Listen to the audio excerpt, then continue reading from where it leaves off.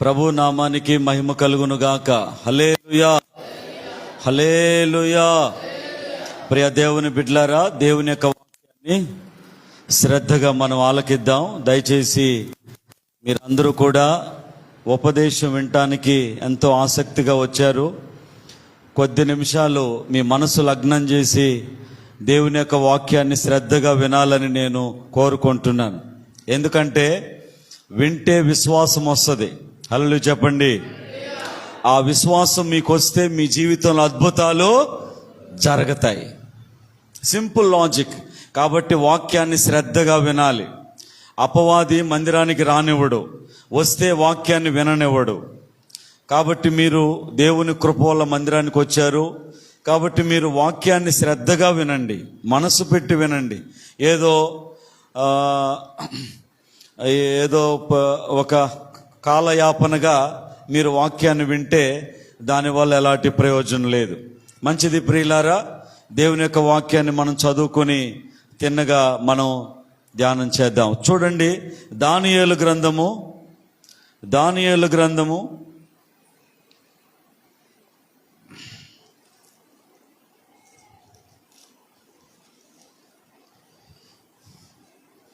6వ అధ్యాయము, దానియేలు గ్రంథం 6వ అధ్యాయం 16వ వచనం. దానియేలు గ్రంథం 6వ అధ్యాయం 16వ వచనం. అంతటా రాజు ఆజ్ఞ ఇవ్వగా బంట్రోతులు దానియేలును పట్టుకొని పోయి సింహముల గుహలో పడద్రోయగా రాజు, నీవు అనుదినము తప్పక సేవించుచున్న నీ దేవుడే నిన్ను రక్షించునని దానియేలుతో చెప్పే. చాలు ప్రియులారా, మీకు అందరికీ బాగా తెలిసిన వాక్యం ఇది. అయినా పరిశుద్ధాత్మ దేవుని వెలుగులో మనము జాగ్రత్తగా ధ్యానం చేద్దాం. ఇక్కడ దానియేలు అనే వ్యక్తి ఉన్నాడు. ఎవరున్నారండి? చెప్పండి ఎవరున్నారు? దానియేలు. ఈ దానియేలు అనే వ్యక్తికి ఆపద వచ్చింది, శ్రమ వచ్చింది, శోధన వచ్చింది. అప్పుడు దానియేలుని తీసుకెళ్ళి ఏం చేశారు? సింహాల బోనులో వేశారు.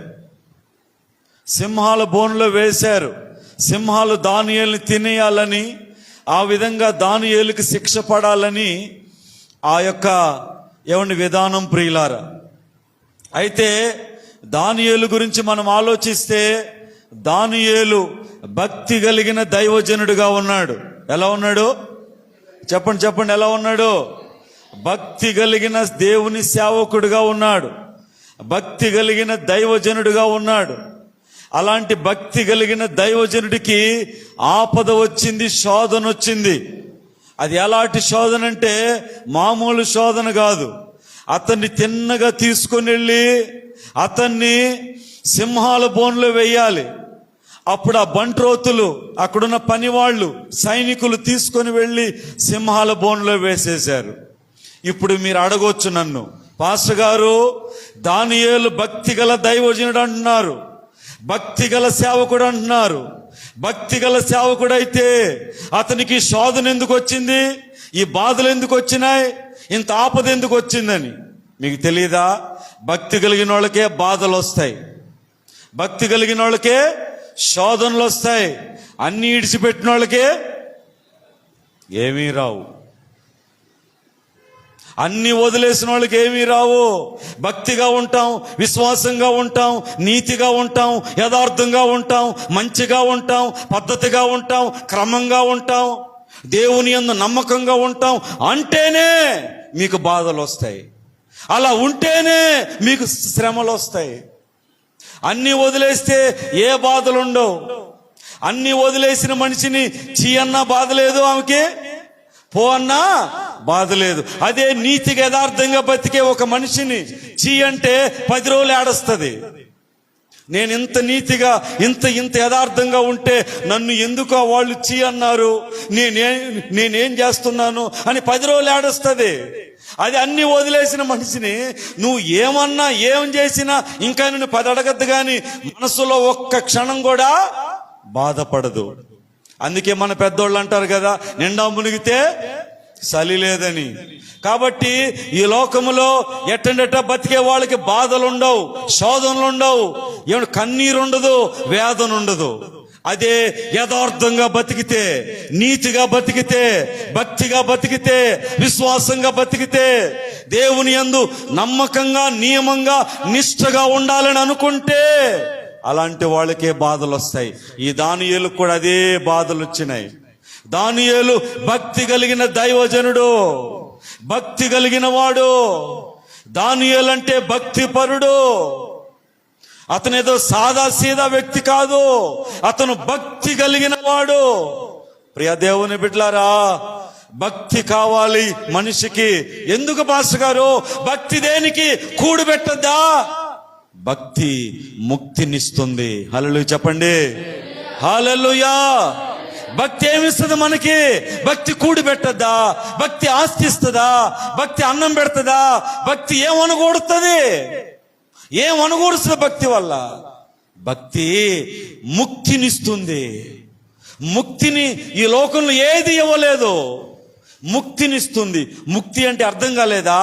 మోక్షాన్ని ఇస్తుంది. ఏమండి, పరలోక రాజ్యాన్ని ఇస్తుంది. అందుకోసం భక్తి చేయాలి. ఎట్టండెట్ట బతకటం అది ఎవరు నేర్పించాల్సిన అవసరం లేదు. భక్తిగా ఉండాలంటే మనకి ఎవరో ఒకరు నేర్పించాలి, ఉపదేశించాలి, చెప్పాలి. అందుకనే ఈ బోధ మేము చేయటానికి దేవుడు మమ్మల్ని ఎన్నుకున్నాడు. ఆమేనండి. కాబట్టి ప్రియ దేవుని బిడ్డలారా, ఈ దానియేలు భక్తి కలిగిన దైవజనుడు. ఈరోజు ప్రియ దేవుని బిడ్డలారా, సమాజంలో ఎంతో మంది ఉన్నారు. అనేక వీధులు, ఏమండి, అనేకమైన పల్లెలు, పట్టణాలు, కాలనీలు, గృహాలు, ఎంతో మంది ఉన్నారు. ఎంతో మంది, లక్షల కోట్ల మంది ప్రజలు ఉన్నారు. భక్తి కలిగిన వాళ్ళు ఎంతమంది ఉన్నారు? వీళ్ళందరిలో భక్తి కలిగిన ప్రజలు ఎంతమంది ఉన్నారు? ఆలోచిస్తే బైబిల్ అంటుంది, భక్తి కలిగిన వాళ్ళు లేరే, లేకుండా పోయారే, భక్తి కలిగిన వాళ్ళు కనపడటం లేదే. ఈరోజు ఈ దానియేలు అనే వ్యక్తి భక్తిపరుడు, భక్తిపరుడు. దేవుని మహాకృపతో మన మందిరానికి వచ్చే ప్రతి ఒక్కరూ భక్తిగా ఉండాలి, భయభక్తులతో ఉండాలి, విశ్వాసంగా ఉండాలి, దేవుని పట్ల నమ్మకంగా ఉండాలి. అందం శాశ్వతమా? ఐశ్వర్యం ఎల్లకాలం ఉంటుందా? గొప్ప గొప్ప వాళ్ళు భూమి మీద నిలుచున్నారా? నువ్వు భక్తిగా ఉంటే నీ బిడ్డలకి ఇంత ఆశీర్వాదాన్ని ఇచ్చిపోతావు. హల్లెలూయా చెప్పండి. అదే నువ్వు భక్తిహీనురాలుగా ఉంటే ఇంత శాపాన్ని ఇచ్చిపోతావు. ప్లస్ చెప్పినప్పుడు మైనస్ చెప్పొద్దా?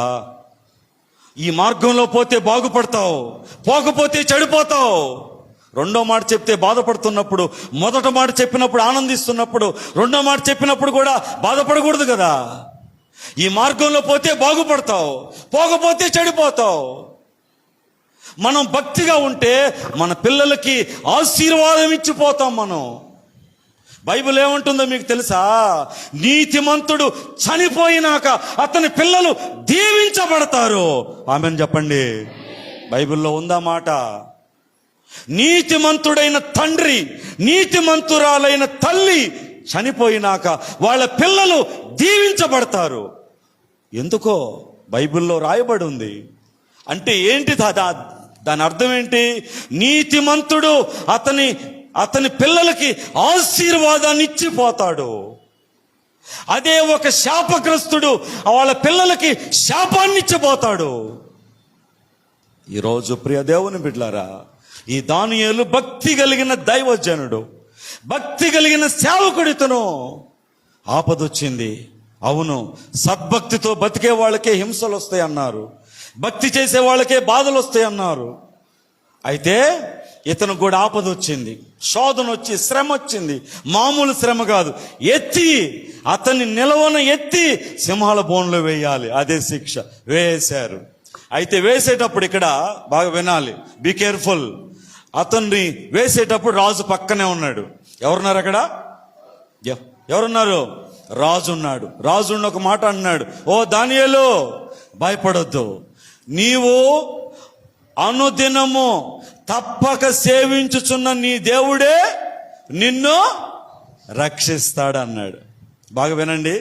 నీవు అనుదినము తప్పక సేవించుచున్నా, అంటే నువ్వు అనుదినం మానకుండా, విడువకుండా, తప్పకుండా నువ్వు అనుదినము నువ్వు ఎవరిని సేవిస్తున్నావో ఆ దేవుడు నిన్ను రక్షిస్తాడయ్యా అని చెప్పి అతన్ని సింహాల బోన్లో వేశారు.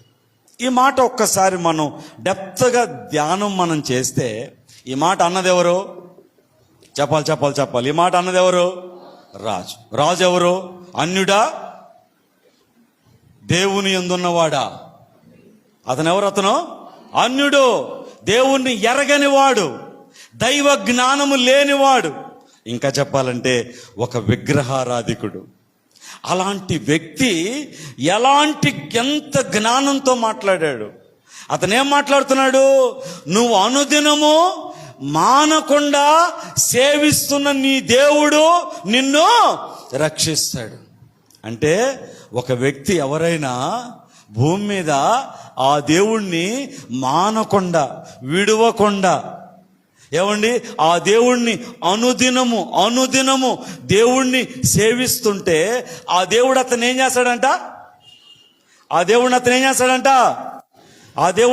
చేస్తాడంట?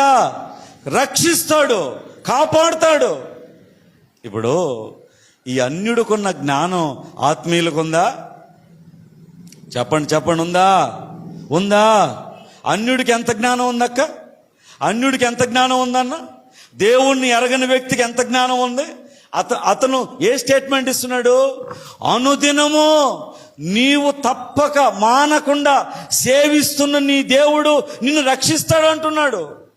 అంటే ఒక వ్యక్తి జీవంగల దేవుణ్ణి అనుదినము దేవుణ్ణి వెతికితే, అనుదినము దేవుణ్ణి సేవిస్తే, అనుదినము దేవుడికి ప్రార్థిస్తే, అనుదినము దేవుణ్ణి ఆరాధిస్తే, అనుదినము దేవుణ్ణి వెంటాడితే, అనుదినము ఆయన సన్నిధిలో కనపడితే, అనుదినము దేవుణ్ణి వెతికితే ఆ దేవుడు ఏం చేస్తాడు? ఆ వ్యక్తిని కాపాడుతాడు, రక్షిస్తాడు.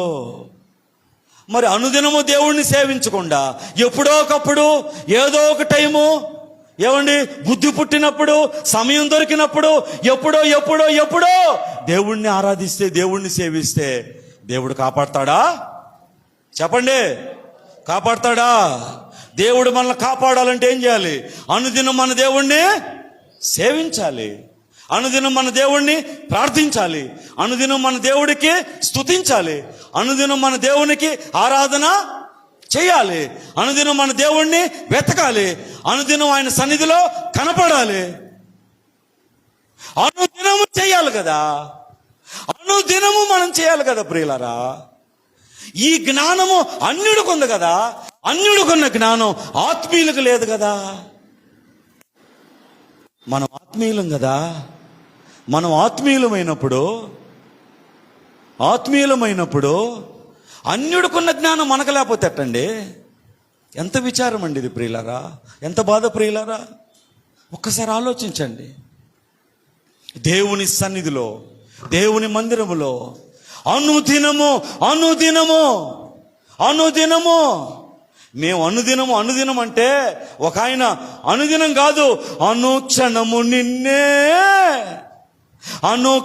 నిన్నే కొలుతూ పునరుద్ధానుడా అంటే ఆయన ఎంత లోతుకి వెళ్ళిపోయాడు? ఆయన వెళ్ళాడా లేదా? ఎంత లోతుకి వెళ్ళిపోయాడు ఆయన? అనుదినం అని మేం చెప్తుంటే, అనుదినం కాదురా బాబు, అనుక్షణము సేవించాలి ఆయన్ని. ఎంత లోతుకి వెళ్ళిపోయాడండి. ఇప్పుడు యేసుప్రభు ఏం చెప్పాడు? మీ పడవని ఏం చేయాలా? చెప్పండి, లోతుకు పంపించండి, అప్పుడు దొరకతాయి పెద్ద పెద్ద చేపలు. పైన ఎంతసేపు ఉంటారు? నమ్మి నమ్మనట్టు, లోబడినట్టు, విన్నట్టు, అటొకడుగు ఇటొకడుగు, అటొక సూపు ఇటొక సూపు, అది చేస్తా ఇది చేస్తా. ఎంతకాలం? మీ నావన, మీ పడవనే మీ జీవితాన్ని లోతుకు పంపి, లోతుకెళ్ళు, అక్కడున్నాయి దీవెనలు. అందుకే అతనేమన్నాడు? అనుదినం కాదు బాబు,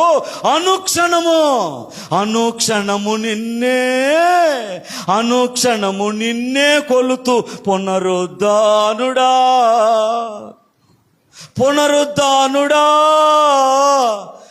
పరిశుద్ధుడా. ఈరోజు ఆయన శరీరం మట్టిలో ఉంది, కానీ ఆయన గురించి మనం ఈరోజు మాట్లాడుకుంటున్నాం. భక్తి పరులండి, భక్తి పరులు ప్రియులరా. సమాజానికి భక్తి పరులు కావాలి. మీ బిడ్డలను భక్తి పరులుగా మీరు చేయాలి. భక్తి పరులను ఈ సమాజానికి అందించాలి. ఈ యొక్క దానియేలు అనే భక్తి కలిగినటువంటి ఆ దైవ సేవకుడికి ఆపదొచ్చినప్పుడు రాజు అంటున్నాడు ఏమంటే, నువ్వు అనుదినము మానకుండా విడవకుండా తప్పకుండా సేవిస్తున్న నీ దేవుడే నిన్ను చెప్పండి కాపాడతాడు. అంటే అర్థం చేసుకోండి, బాగా వినండి, బీ కేర్ఫుల్. నువ్వు దేవుణ్ణి అనుదినము నువ్వు దేవుణ్ణి సేవిస్తే, అనుదినము దేవుడికి ప్రార్థిస్తే, అనుదినము దేవుణ్ణి ఆరాధిస్తే, అనుదినము దేవుణ్ణి వెతికితే, అనుదినము దేవుణ్ణి వెంటాడితే, అనుదినము ఆయన సన్నిధిలో కనపడితే, అనుదినము దేవునికి లోబడితే, అనుదినము దేవునికి విధేయత చూపితే, ఆ దేవుడు ఏం చేస్తాడు?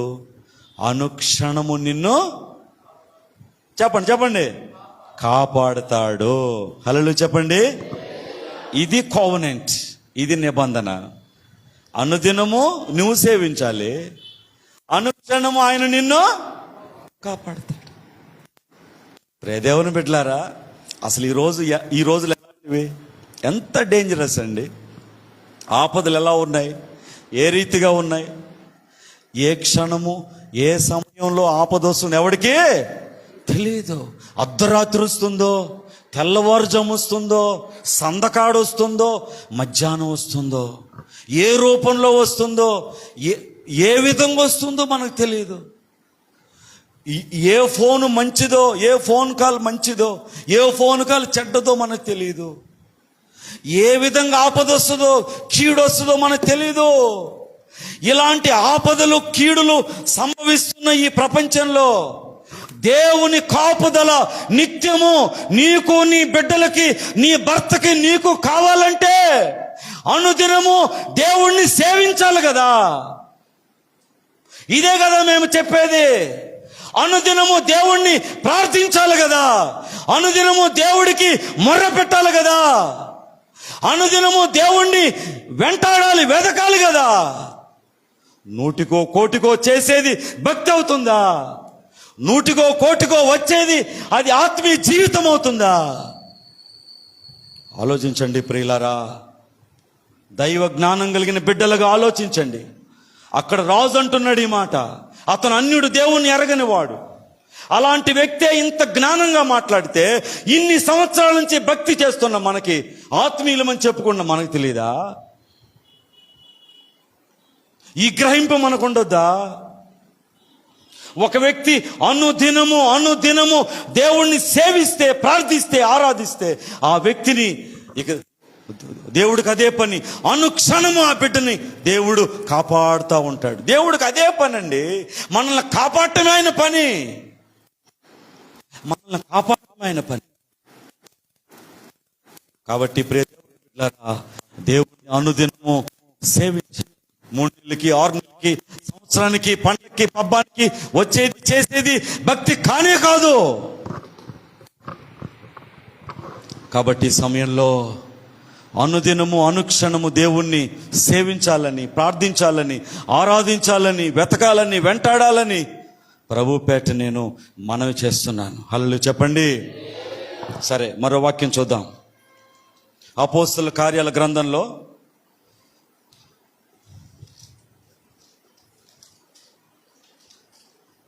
2వ అధ్యాయము, అపోస్తలుల కార్యాల గ్రంథం 2వ అధ్యాయం 46వ వచనం. మరియు వారేక మనస్కులై, వినాలి, ప్రతిదినము దేవాలయములో తప్పక కూడుకొనుచు, ఇంటింట రొట్టె విరుచుచు, దేవుణ్ణి స్తుతించుచు, ప్రజలందరి వలన దయ పొందిన వారై ఆనందముతోను నిష్కపటమైన హృదయముతోను. ఫస్ట్ లైన్ చదువు మళ్ళీ. మరియు వారేక మనస్కులై ప్రతిదినము దేవాలయంలో. ప్రియ దేవుని బిడ్డలారా, ప్రతిదినము వారు దేవాలయములో తప్పక కూడుకుంటున్నారు. మీరు అడగవచ్చు, పాస్టర్ గారు వాళ్ళకి పనులు లేవా, భార్య లేదా, పిల్లలు లేరా, కుటుంబాలు లేవా, బాధ్యతలు లేవా? ఏం లేవు వాళ్ళకి. వాళ్ళు సంసారహీనుల, వాళ్ళు సత్సాంగ పరిత్యాగులా? వాళ్ళకేం లేదా? వాళ్ళకే వ్యాపారాలు ఏం లేవా? వాళ్ళకి మందల గొర్రెలు పొట్టేళ్ళు ఉన్నాయి. హల్లెలూయా చెప్పండి. వాళ్ళు అసలు ఎవరు అనుకున్న వాళ్ళు? ఇశ్రాయేలీలు. వాళ్ళకి పొట్టేళ్ళు, మేకలు, గొర్రెలు, వాళ్ళకి మందలుంటాయి. మందలు ఉన్నటువంటి వాళ్ళు అనుదినము, ప్రతిదినము దేవాలయములో తప్పక కూడుకుంటున్నారు. అంటే ఇది అలాంటి భక్తి జీవితం. ఒక్కసారి ఆలోచించండి. ఆదివారం తలుపులు తీసి వారమంతా తలుపులేసే మందిరం అది మందిరమే కాదు. అనుదినము ఆ మందిరములోకి ఎవరో ఒకరు వచ్చి ప్రార్థన చేసుకునేదే నిజమైన మందిరము. ఇక్కడ ఆది అపోస్తుల సంఘంలో ప్రతిదినము దేవాలయములో తప్పక కూడుకుంటున్నారు. 7 రోజులు దేవుని మందిరంలో పోయి అందరూ కూడుకుంటున్నారు. మీరు ఆదివారం ఒక్కరోజు కూడుకుంటున్నారు, వాళ్ళు ప్రతిదినము కూడుకుంటున్నారు. ఆ పునాది మీద కట్టబడింది క్రైస్తవ్యం. పునాది బాగుండాలండి. అందుకనే మోకాళ్ళు బిర్రుంటే పైన బాడీ అంతా బాగా నిలబడుతుంది. మోకాళ్ళు బలహీనం అయిపోతే బాడీ నిలబడలేదు కదా. అందుకే మన ఆత్మీయ జీవితం పునాది గట్టిగా ఉండాలి. బ్రదర్, ఈరోజు మీరు ఎందుకు రాలేదు? అన్న మీరు ఎందుకు రాలేదు? అన్న, అక్క మీరు ఎందుకు రాలేదు? బ్రదర్ మీరు ఎందుకు రాలేదు? మేము ఎందుకు అడుగుతున్నాము? మీ ఆత్మీయ జీవితాలు బాగుండాలి. మీ యొక్క దేవుని కృప మీరు సమృద్ధిగా పొందాలి. రేపు చనిపోయినాక మళ్ళీ చెప్తున్నా, రేపు చనిపోయినాక పరలోక రాజ్యం వెళ్ళాలి. ఆమేన్ చెప్పండి. ఇదే ప్రాముఖ్యమైంది. ఇంతకు మించి ఏమీ లేదు. దీని మీద ఇంకో మందిరం వేసి దాని మీద గెస్ట్ రూమ్ వేసినా నేనుంటానా? ఎల్లకాలం ఉంటానా? దీని మీద మందిరం వేసి దానిపైన గెస్ట్ రూమ్ వేసినా ఉంటానా? అందరూ ఉంటారా? మనం రేపు చనిపోయినాక పరలోక రాజ్యం వెళ్ళాలి, దైవరాజ్యం వెళ్ళాలి, దేవునితో ఉండాలి. అందుకోసమే ఈ భక్తి మనం చేస్తున్నాం ప్రియులారా. అందుకోసమే. కాబట్టి వీళ్ళేం చేస్తున్నారంట? వినండి, వీళ్ళేం చేస్తారంట? చదవమ్మ ఒకసారి. మరియు వారు ఏక మనస్కులై ప్రతిదినము దేవాలయములో తప్పక కూడుకుంటున్నారు. మానటం లేదు వాళ్ళు. తప్పక చూడండి, ఆ పదం చూడండి. తప్పకుండా వస్తాను బదర్ అంటారు కదా. తప్పక కూడుకుంటున్నారు, మానకుండా కూడుకుంటున్నారు, దేవాలయంలో కూడుకుంటున్నారు. మనం ఆదివారం ఒక్కసారి కూడుకోవటానికి మనకు సమయం లేదు. ఎప్పుడో కూడుకుంటున్నాము. మరి ఇదే భక్తి జీవితం అర్థం కావడం లేదు.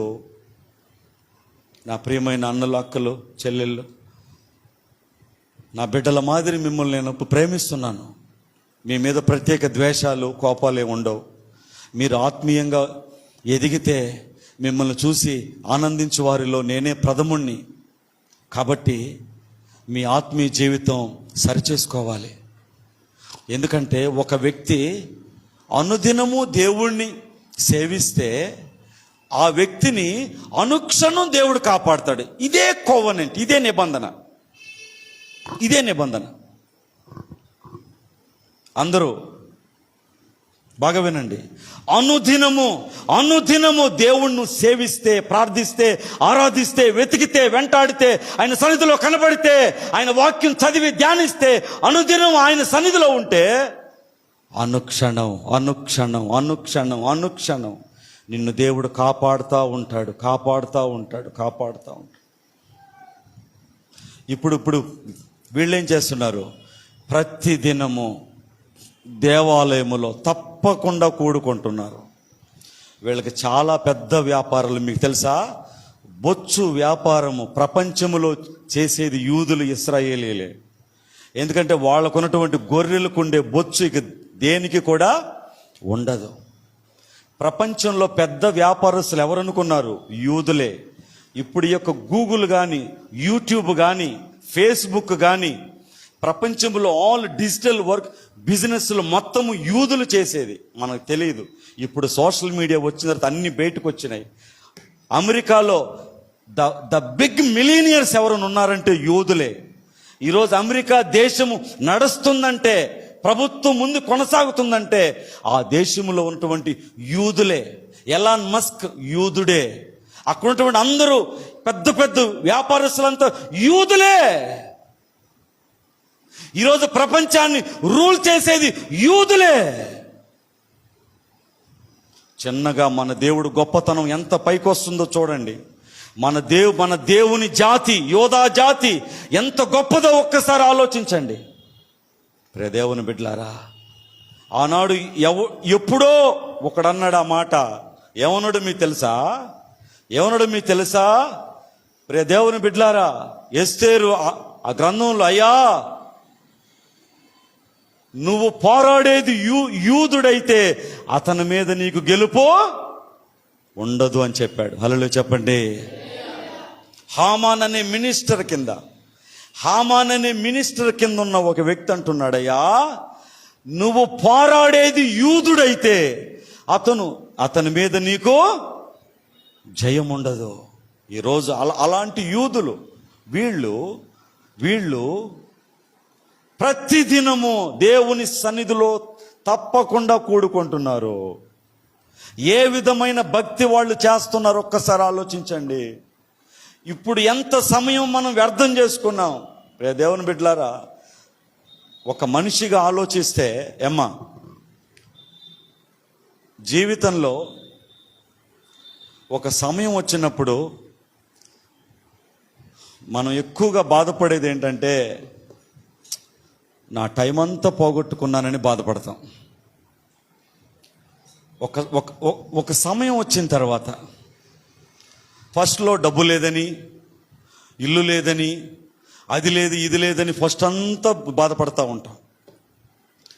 కానీ ఒక సమయం వచ్చిన తర్వాత, అయ్యో నా సమయం అంతా, నా టైం అంతా నేను పోగొట్టుకున్నానే, మళ్ళీ నా దగ్గర బలం లేదు, శక్తి లేదు, నా సమయం అంతా నేను వ్యర్థం చేసుకున్నానని బాధపడతాం. ప్రియ దేవుని బిడ్డలారా, దేవుడిచ్చిన సమయం 70 సంవత్సరాలు బైబిల్లో ఉంది. అధిక బలం ఉంటే 80.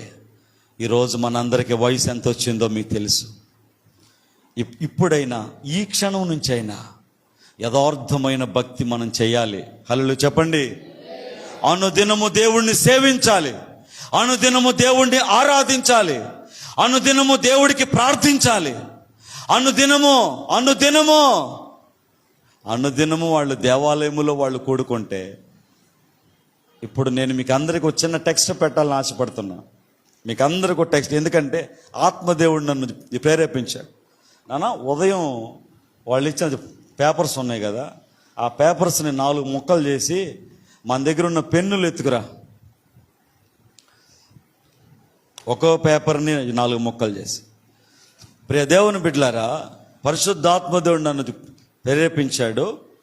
మీకు నేను ఛాయిస్ ఇస్తున్నా. ఇప్పుడు మీకు వాక్యం చూపించా, యథార్థంగా చూపించా. అనుదినము తప్పక నీవు సేవిస్తున్న నీ దేవుడే నిన్ను రక్షిస్తాడు. ఇది కమాండ్మెంట్. అది ఇప్పుడు అనుదినము దేవుణ్ణి సేవిస్తే మన దేవుడు ఏం చేస్తాడు? మనల్ని, అది 100%, అది 1000%. ఇక దానికి అనుమానం లేదు. నీకు 10,000 మంది శత్రువులు నీ మీదకి వచ్చిన, ప్రభుత్వం నీకు వ్యతిరేకంగా వచ్చిన, దేవుడు ఆ క్షణానికి అద్భుతం చేసి నిన్ను కాపాడగలిగిన సమర్థుడు, శక్తిమంతుడు మన ప్రభు. ఆమని చెప్పండి. మరొక వాక్యం చూద్దామా? మరొక వాక్యం చూద్దాం ఈ లోపల. యోబు గ్రంథము 1వ అధ్యాయము. యోబు గ్రంథం 1వ అధ్యాయము.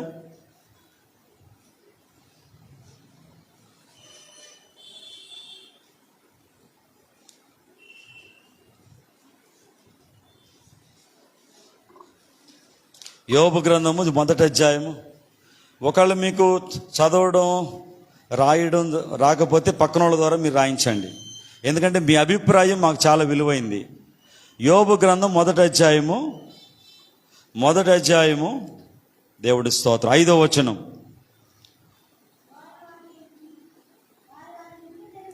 వారి వారి విందు దినములు పూర్తి కాగా యోబు తన కుమారులు పాపం చేసి తమ హృదయములలో దేవుణ్ణి దూషింతురేమో అని వారిని పిలువనంపించి వారిని పవిత్రపరిచి అరుణోదయమున లేచి వారిలో ఒక్కొక్కని నిమిత్తమై దహన బలి అర్పించుచు వచ్చును.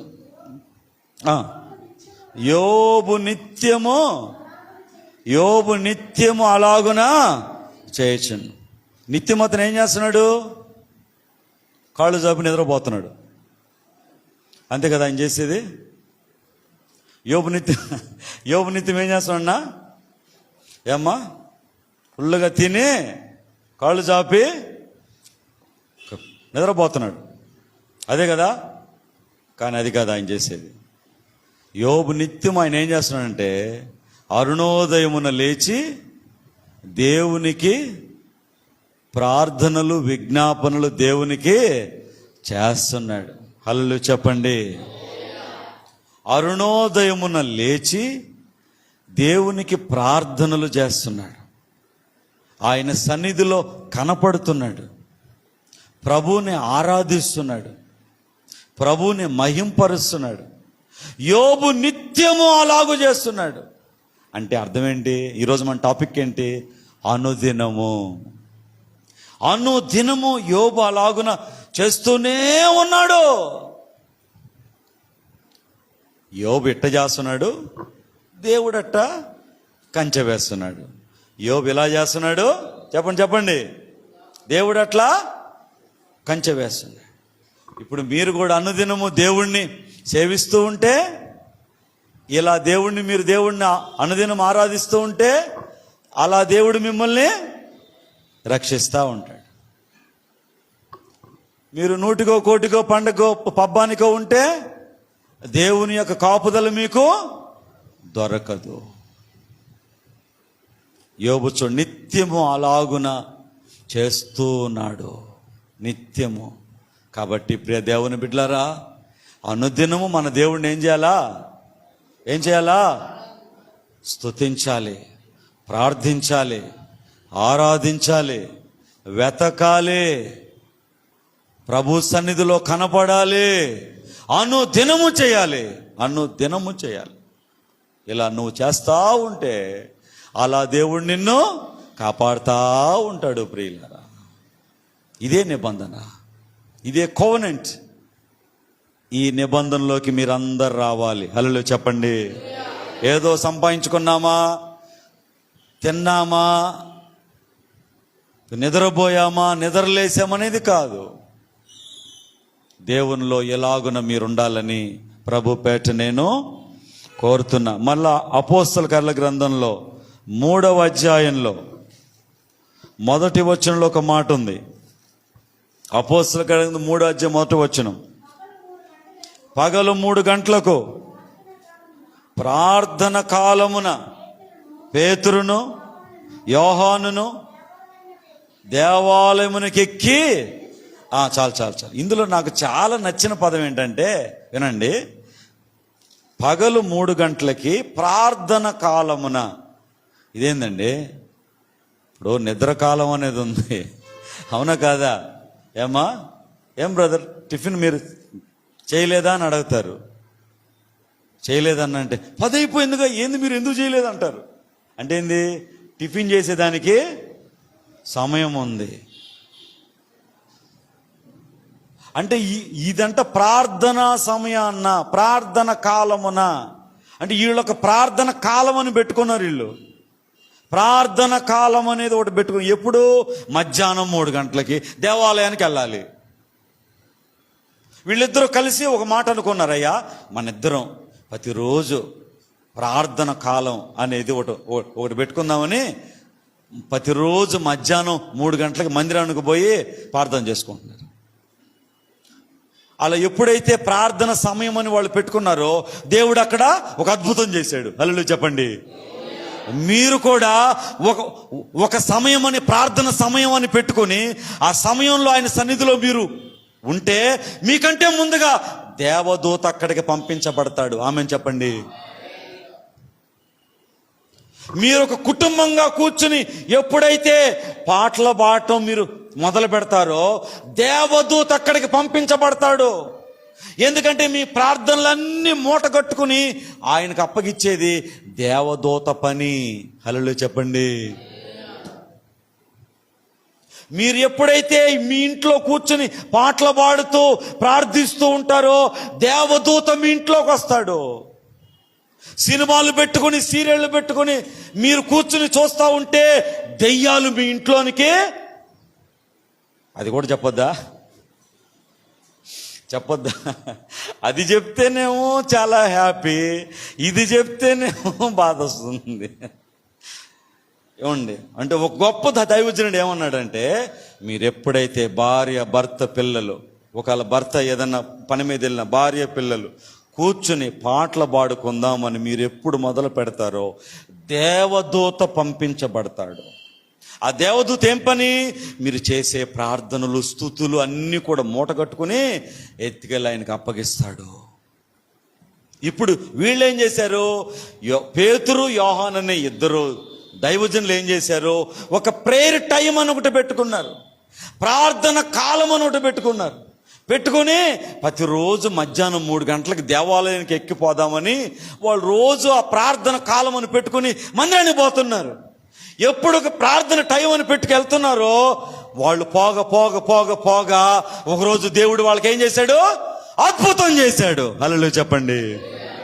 ఈరోజు ప్రియ దేవుని బిడ్డలారా, మీరు కూడా ఏదన్నా ఒక ప్రేయర్ టైం అని మీరు పెట్టుకొని ప్రతిరోజు ఆ ప్రార్థన సమయం అని పెట్టుకొని దాన్ని పోగొట్టకుండా ఆ ప్రార్థన సమయాన్ని మీరు కంటిన్యూ చేస్తే మీకంటే ముందే ఎందుకంటే ఆయన ఏం చెప్పాడు?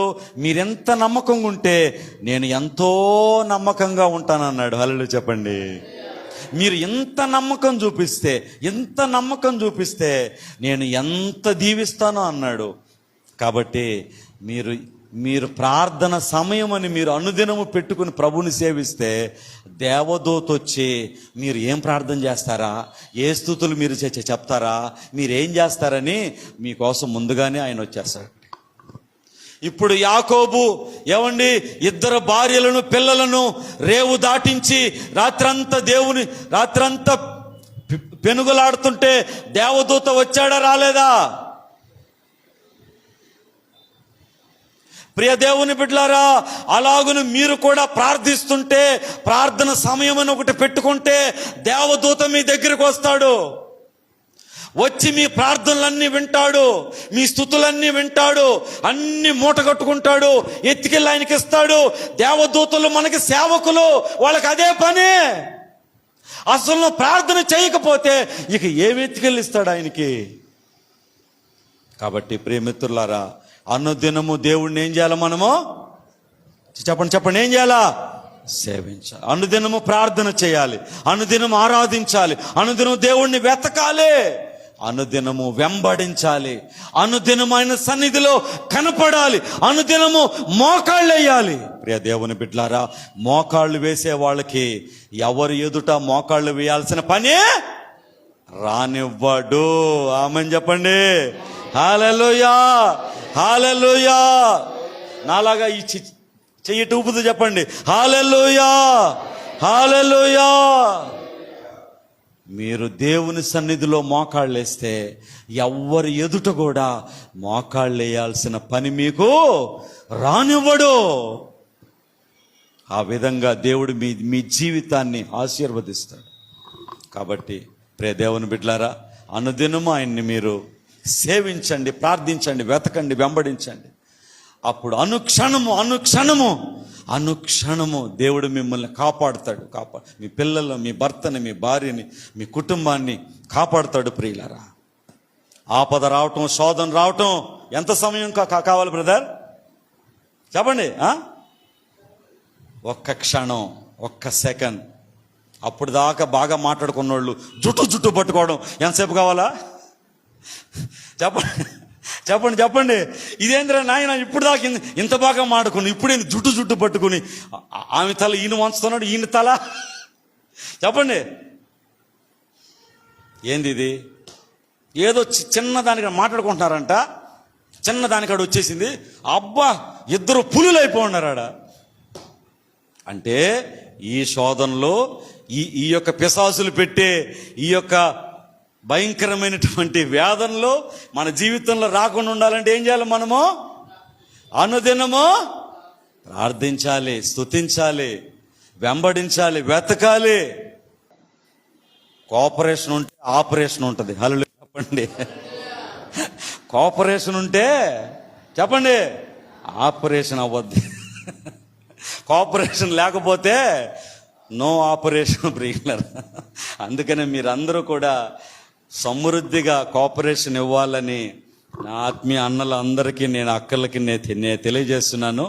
ఇప్పుడు చిన్న ప్రేయర్ నేను చేస్తాను. ప్రేయర్ చేసిన తర్వాత మీకు ఒక 5 నిమిషాలు టైం ఇస్తాను. దయచేసి మీ స్పందన మీరు తెలియచేయండి.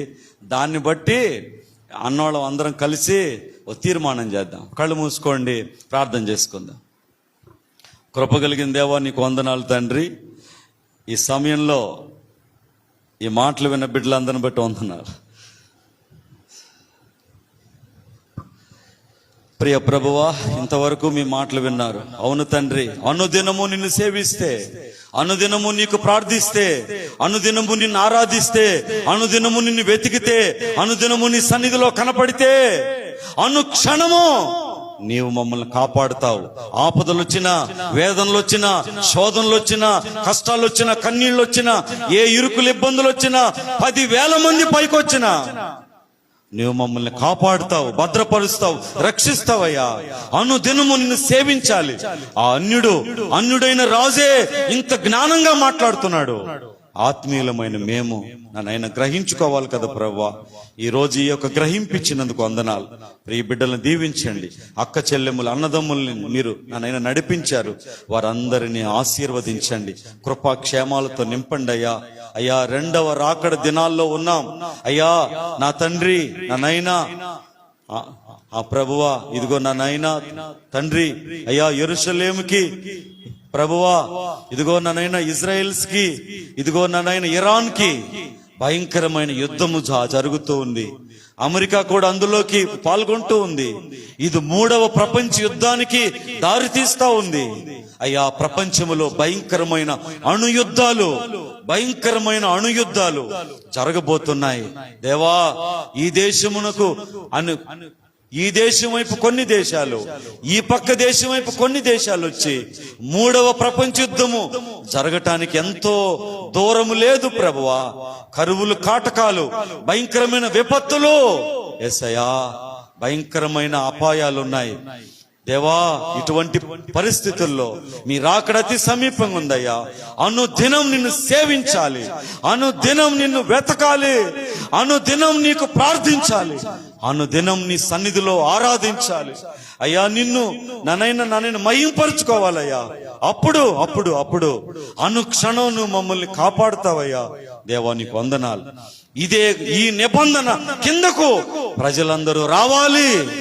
ఈ నిబంధనకు ప్రజలందరూ కట్టుబడాలి ప్రభువా. అట్టి కృప మా మినిస్ట్రీకి, మా సంఘానికి దయచేయమని మీరిచ్చిన ఈ ఉపదేశాన్ని బట్టి కృతజ్ఞతలు మీకు చెప్పుకుంటూ యేసు నామములో వేడుకుంటున్నాం మా తండ్రి. ఆమేన్.